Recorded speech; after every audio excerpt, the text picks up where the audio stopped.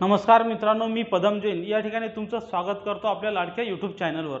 मित्रांनो, आजचा व्हिडिओ खास अशा विद्यार्थ्यांसाठी आहे की जे विद्यार्थी कमीत कमी 4-5 वर्ष झाले तयारी करत आहेत आणि कोणी वेटिंगला, कोणी या ठिकाणी सेकंड राऊंडला किंवा या ठिकाणी काही विद्यार्थी 5 ते 10 मार्कांना या त्यांची काय पोस्ट जाते अशा विद्यार्थ्यांसाठी आणि अशा विद्यार्थ्यांसाठी की ज्या विद्यार्थ्यांना भविष्यात चुका तुम्ही करू नये अशा विद्यार्थ्यांसाठी हा व्हिडिओ आणलेला आहे। हा व्हिडिओ मित्रांनो या ठिकाणी माझा अनुभव आणि सर्व तुमच्यासारख्या विद्यार्थ्यांचा अनुभव पाहून या ठिकाणी तयार करण्यात आलेला आहे। मित्रांनो, या ठिकाणी तुम्हाला पोस्ट न मिळण्याचं कारण असंच आहे, 5 ते 7 वर्ष अभ्यास करून तुम्हाला पोस्ट न मिळण्याचे मी या ठिकाणी 7 कारणं शोधले आहेत। या 7 कारणांचा आपण एक टप्प्याटप्प्याने या ठिकाणी काय विचार करणार आहे, त्यामुळे हा व्हिडिओ तुम्हाला शेवटपर्यंत या ठिकाणी काय पाहायचा आहे। तर मित्रांनो, तुम्हाला जे गुण आहेत ते मिळतात, मात्र याचं जे कारण आहे की तुम्हाला कमी का मिळतात, तर एक मित्रांनो या ठिकाणी जी परीक्षा आहे त्या परीक्षेचा आवाका तुम्ही या ठिकाणी लक्षात घेतलेला नाही। म्हणजे या ठिकाणी किती जागा असतात, किती जणांचं सिलेक्शन होते आणि त्याच्यासाठी तुम्ही काय तयारी करतात आणि तुमचे प्रतिस्पर्धी काय तयारी करतात हे तुम्ही समजून न घेतल्यामुळे तुम्हाला या ठिकाणी गुण कमी मिळालेले आहेत। तर हे गुण कमी मिळण्यासाठी तुम्ही या 7 चुका केलेल्या आहेत। या 7 चुकांपैकी जर तुम्ही या ठिकाणी कमीत कमी 4 चुका जरी तुमच्या सुधारल्या तरी मित्रांनो तुमचं या येणाऱ्या परीक्षेमध्ये तुमचं सिलेक्शन हे काय हमखास होणार आहे। तर यातली पहिली चूक आहे की या ठिकाणी तुमचं ध्येय निश्चित नाही। तुम्ही पाहणाऱ्या 100% 50% विद्यार्थ्यांचं ध्येय निश्चित असेल, मात्र 50 विद्यार्थ्यांचं ध्येय निश्चित नाही। याचं कारण त्याच्यामुळे तुम्हाला या ठिकाणी काय अपयश आलेलं आहे। आता या ठिकाणी यातील कमीत कमी 4 मुद्दे 5 मुद्दे हे प्रत्येकाच्या जीवनामध्ये त्यांनी या ठिकाणी चुका केलेल्या आहेत हे तुम्हाला व्हिडिओच्या शेवटी समजून येईल। तर या ठिकाणी बरेच विद्यार्थी रेल्वेचा अभ्यास करू की तलाठ्याचा अभ्यास करू या दुविधेत असतात। पोलीस भरती तयारी करू की आरोग्य विभागाची तयारी करू, MPSC PSIची तयारी करू की तलाठ्याची तयारी करू, PSIची तयारी करू की राज्यसेवेची तयारी करू, या दोन्ही परीक्षांचा अभ्यास किंवा या ठिकाणी कधी असं वाटतं की MPSCला खूप वेळ लागतोय, आपली सरळ सेवा बरी, एक परीक्षा सिलेक्शन। काही जणांना वाटतं की महाराष्ट्र सरकारच्या जागा काही बरोबर वेळेवर निघत नाही, आपण रेल्वेचीच तयारी करू। म्हणजे तुमच्या या स्पर्धा परीक्षा करिअरमध्ये 4-5 वर्षामध्ये तुम्ही वेगवेगळ्या उड्या मारलेल्या आहेत, कधी इकडून तिकडे, तिकडून तिकडे, तिकडून तिकडे, म्हणजे तुम्ही एका ठिकाणी राहिलेले नाही आहे। त्या ठिकाणी जसा जसा काळ बदलत जाईल, जसा ट्रेंड बदलला तसं तुम्ही त्या ठिकाणी काय अभ्यासक्रम किंवा परीक्षा बदलतात। तर हे बदलू नका, म्हणजे तुमचं ध्येय फिक्स ठेवा।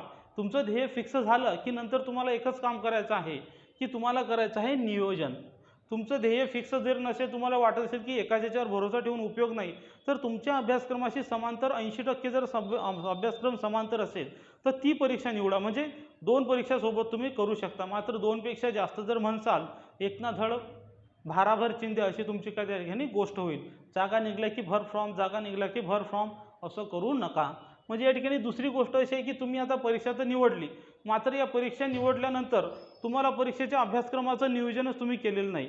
आता नियोजन उदाहरणार्थ तुमच्याकडे जर या ठिकाणी 2 वर्ष अभ्यास करायचा आहे, तुम्हाला 3 वर्ष अभ्यास करायचा आहे, 5 वर्ष अभ्यास करायचा आहे, हे तुम्हाला नियोजन ठरवायचं आहे। नियोजन आणि ध्येय ह्या 2 गोष्टी तुम्हाला सोबतच ठरवायच्या आहेत, कारण की तुमची फायनान्शियल कंडिशन, तुमची मानसिक परिस्थिती तसेच तुमचं वय, ह्या 3 गोष्टी या ठिकाणी मॅटर ठरतात। काही विद्यार्थी वयाच्या शेवटच्या टप्प्यामध्ये 25-26व्या वर्षापासून अभ्यासाला सुरुवात करतात, काही 30व्या वर्षीसुद्धा सुरुवात करतात। त्यामुळे नेमकं तुम्हाला ठरवायचं आहे की तुम्हाला या स्पर्धा परीक्षेत किती वर्ष राहायचं आहे। ज्या विद्यार्थ्यांनी ठरवलंच नाही की मला किती वर्ष राहायचं आहे, ते विद्यार्थी कायम इथंच राहिलेले आहेत। अजूनही या ठिकाणी 43 होत आहे किंवा 38 होत आहे तरीसुद्धा ते परीक्षा देतच आहेत। तर अशी तुमची परिस्थिती येऊ नये म्हणून या ठिकाणी तुम्हाला नियोजन करायचं आहे की तुम्हाला 5 वर्ष अभ्यास करायचा आहे की 3 वर्ष अभ्यास करायचा आहे। त्यापेक्षा 1 वर्षही एक्स्ट्रा देता कामा नये। म्हणजे काय होणार, तुमचं दुसऱ्या क्षेत्रात सुद्धा तुम्ही प्रावीण्य मिळवू शकाल। या क्षेत्रात यश मिळालं नाही म्हणजे काय होणार, तुम्ही या ठिकाणी नाकारे नाही आहे, तुमचं कदाचित दुसऱ्या क्षेत्रात तुमचं प्रभुत्व असेल। तिसरी गोष्ट या ठिकाणी तुम्हाला नियोजन आहे। आता तुम्ही नियोजन केलं 3 वर्ष 5 वर्ष घरी अभ्यास करायचा, लायब्ररीत की क्लास करून जॉब करून, ते तुमचं ठरल्यानंतर या ठिकाणी तुम्हाला अभ्यासक्रमाचं नियोजन करायचं आहे। जसं याचंसुद्धा तुम्हाला अभ्यासक्रमाचं नियोजन करायचं आहे की तुम्हाला पहिल्या रिव्हिजनसाठी किती वेळ द्यायचा, दुसऱ्या रिव्हिजनसाठी किती वेळ द्यायचा आणि फायनल परीक्षेच्या अगोदरच्या रिव्हिजनसाठी किती वेळ द्यायचा, याचासुद्धा तुम्हाला अभ्यास करायचा म्हणजे नियोजन करायचं आहे। कोणत्या दिवशी तुम्हाला काय वाचायचं, ह्या सगळ्या गोष्टीचं जोपर्यंत तुम्ही नियोजन करत नाही, जोपर्यंत तुम्ही वेळापत्रक बनवत नाही, जोपर्यंत तुम्ही टाइम टेबल बनवत नाही तोपर्यंत तुमचा अभ्यासक्रम हा पूर्ण वाचणं होत नाही. असं नियोजन करा की परीक्षेच्या दिवसापासून, उदाहरणार्थ आता तुम्ही हा व्हिडिओ पाहिल्यानंतर दुसऱ्या दिवशीपासून तुम्ही एक अंदाज ठेवा की तुमची परीक्षा 100 दिवस दूर आहे, 90 दिवस दूर आहे. त्यात तुमचं 2 रिव्हिजन झाले पाहिजेत. पहिल्या रिव्हिजनसाठी 40 दिवस किंवा 50 दिवस, दुसऱ्यासाठी कमी दिवस ठेवायचे, फास्ट रिव्हिजन. म्हणजे असं तुमचं नियोजन करा जेणेकरून तुम्हाला काय जास्तीत जास्त मार्क मिळतील. तुमचा प्रत्येक टॉपिक तुमचा कव्हर होईल. काय होते, 5 वर्ष अभ्यास करता, परंतु काही टॉपिक असे आहेत की जे तुमच्या डोळ्याखालून सुद्धा जात नाहीत.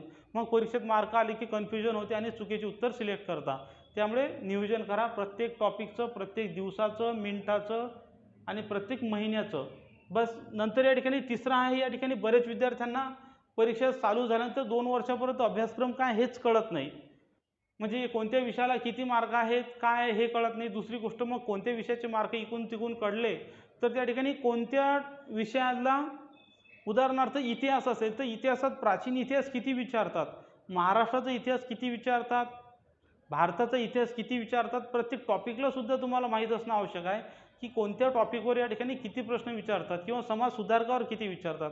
आता एखाद्यानं समाज सुधारकावर प्रश्न विचारत असतील आणि तुम्ही समाज सुधारक नावाचा टॉपिकच केला नाही, गेले तुमचे मार्क. पॉलिटी विचारतात, आता तुम्ही फक्त पॉलिटी वाचलं, राज्यघटना वाचली आणि त्यात तुम्हाला जर 2 मार्क पंचायत राजला विचारत असतील आणि तुम्ही पंचायत राज वाचलंच नाही, तुम्हाला त्या ठिकाणी मार्क मिळणार नाहीत. त्यामुळे या ठिकाणी तुम्हाला अभ्यासक्रमाचं जे नियोजन आहे ते त्या ठिकाणी तुम्हाला करायचं आहे. पेपर पॅटर्न हा समजून घ्यायचा आहे. पेपर पॅटर्न काय समजून घ्यायचा आहे. याच्यासाठी तुमचे 4 दिवस गेले तरी चालतात. याच्यासाठी तुम्हाला काय करायचं आहे, जुन्या प्रश्नपत्रिकेचा या ठिकाणी तुम्हाला काय सराव करायचा आहे.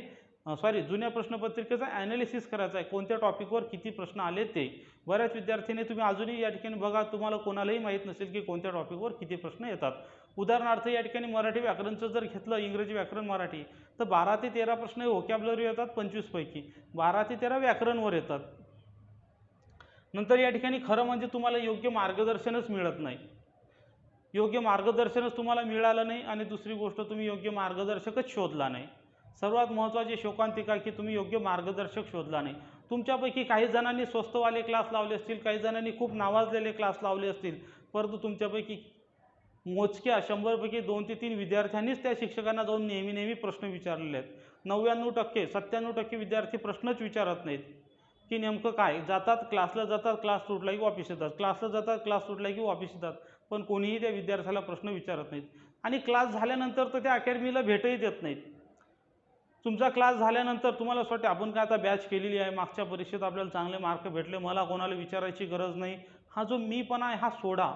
मीपणा जेव्हा सोडसाल, जेव्हा दुसऱ्याचं मार्गदर्शन घेसाल, मार्गदर्शन पण अशाचं घ्या, एक तर जो खूप वेळा फेल झालं अशांचं मार्गदर्शन घ्या, किंवा एक तर ज्यानं खूप सारे घडवले अशांचं मार्गदर्शन घ्या. तुमच्यापेक्षा हुशार व्यक्तींच्याच सोबत राहा. सर्वात महत्त्वाची गोष्ट काय की तुमच्यापेक्षा हुशार व्यक्तींच्या सोबत तुम्ही जेवढे राहाल तेवढं तुमचं या ठिकाणी काय तुम्ही वरच्या पातळीवर जाण्याचे तुमचे चान्सेस जास्त असतात. त्यामुळे तुम्ही जी पण अकॅडमी असेल त्यांना या ठिकाणी मार्गदर्शन घ्या. आणि तुम्हाला नसेल कोणी करत तर माझा नंबर दिलेला आहे 80 10 45 77 60. मला बिनधोक या ठिकाणी मला कॉल करा की सर मला मार्गदर्शन पाहिजे, मी 5 वर्षाली तयारी करत आहे, मला अजून काय चुकतं आहे मला या ठिकाणी कळत नाही. त्यासाठी काय योग्य तुम्ही मार्गदर्शन घेणं आवश्यक आहे. जुन्या प्रश्नपत्रिकेचं सोल्युशन तुम्हाला मी आता सांगितले की कोणत्या टॉपिकला काय प्रश्न आले ते माहीत असणं आवश्यक आहे. आणि बऱ्याच विद्यार्थ्यांना या ठिकाणी अभ्यासात सातत्य नसतं. या ठिकाणी 2 वर्ष परीक्षा झाली, डबल जागा निघल्या नाही की तो अभ्यास सोडून देतो, परीक्षा आली की परत फॉर्म भरायचं असलं की तो सुरू ठेवतो. बाबांनो असं करू नका. असे तुमचे 5-7 वर्ष काय तुमचे 15 वर्षसुद्धा गेले तरी तुम्हाला या ठिकाणी पोस्ट मिळणार नाही. आणि तुम्ही कधी बेरीज वजाबाकी केली नाही की 15 वर्षात स्पर्धा परीक्षेला तुम्ही किती वेळ दिला आणि त्याच्यापासून तुमचं किती पैशाचं नुकसान झालं, किती वेळेचं नुकसान झालं, हे नुकसान तुम्ही मोजा. तेव्हा तुम्हाला कळेल की तुम्ही खरंच किती नुकसान केलं आहे. त्यासाठी अभ्यासात सातत्य असणं आवश्यक आहे. आणि इकून तिकून तुमचं अभ्यासात सातत्य असेल, मात्र तुम्ही जर सराव प्रश्नपत्रिका सोडवल्या नाही, बरेच 99% विद्यार्थी अभ्यास करतात, खूप करतात, पण सराव प्रश्नपत्रिका अजिबात सोडवत नाहीत. सराव प्रश्नपत्रिका का सोडवायच्या असतात की या ठिकाणी परीक्षा हॉलमध्ये जो वेळ असतो 90 मिनिट असो का 100 असो, त्या 90 मिनिटामध्ये तिथं जसं तुम्ही सॉल्व्ह करणार प्रश्न तसं इथंसुद्धा तुमचं सॉल्व्ह करणं आणि हे दररोज असणं आवश्यक. मला एक सांगा, एखादा रनर आहे, उसेन बोल्ट आहे की जो जगामध्ये सर्वात फास्ट या ठिकाणी पळतो, मला वाटते कोणतरी मोडलं आहे रेकॉर्ड, तर तो सर्वात फास्ट पळतो. मला सांगा, तो जर दररोज पळायला गेला नाही, तो जर दररोज पळायला गेला नाही किंवा नुसतं तो पळत राहिला, दररोज फक्त पळत राहिला, येईल का त्याचं, होईल का सिलेक्शन त्याचं सिलेक्शन अजिबात होणार नाही. त्याच्यासाठी तो दररोज पळताना सुद्धा त्याला त्याची वॉच लावून पळणं आवश्यक आहे. जसं तो रनिंग करताना सुद्धा प्रत्येक सेकंदाला सुद्धा तो वॉच लावून चेक करतो की बाबा माझं टायमिंग काय येत आहे, तसं मग तुम्ही स्वतःच्या स्पर्धा परीक्षेसाठी जो सराव पेपर आहे तो टायमिंग लावून त्यातले मार्क तपासून त्यातले कोणते प्रश्न चुकले आणि त्या चुकलेल्या चॅप्टरचा अभ्यास करून जर तुम्ही गेले तर तुम्हाला मी सांगेल या ठिकाणी तुम्हाला 10 ते 15 मार्काची अजून लीड भेटल्याशिवाय राहणार नाही. तर अशा प्रकारे ह्यातल्या तुम्ही जेवढ्या जास्तीत जास्त चुका तुम्ही दुरुस्त करणार, तुमचं सिलेक्शन होण्याचे चान्सेस तेवढे जास्त टक्क्यानं वाढणार. मी या ठिकाणी सांगतो की एक चूक म्हणजे तुमचं 5% जास्त मार्क वाढणं. एक चूक दुरुस्त केली की 5 मार्क वाढले, एक चूक दुरुस्त केली की 5 मार्क वाढले.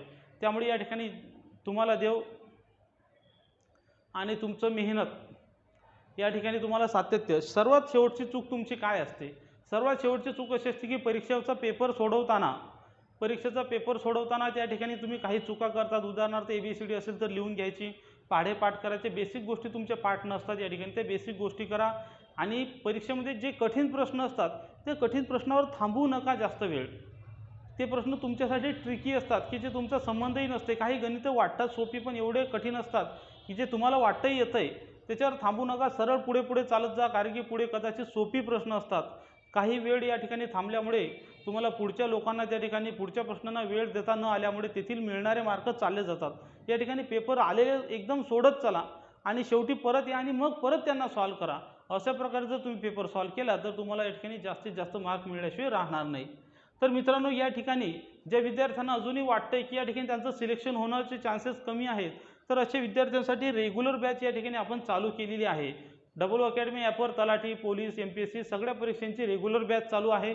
आणि ज्या विद्यार्थ्यांना खरंच सिलेक्शन पाहिजे, आता त्यांच्याकडे वेळ नाही, मटेरियल नाही, नोट्स नाहीत तुमच्याकडे, तुम्ही नोट्ससुद्धा काढणं आवश्यक आहे. मी तो मुद्दा बोललो, नोट्ससुद्धा तुमच्या असणं आवश्यक आहे. एकच नोट्स बार त्या ठिकाणी वाचणं आवश्यक आहे. तर अशा विद्यार्थ्यांसाठी फिक्स सिलेक्शनसाठी आपण आयकॉनिक बॅच या ठिकाणी तयार केलेली आहे.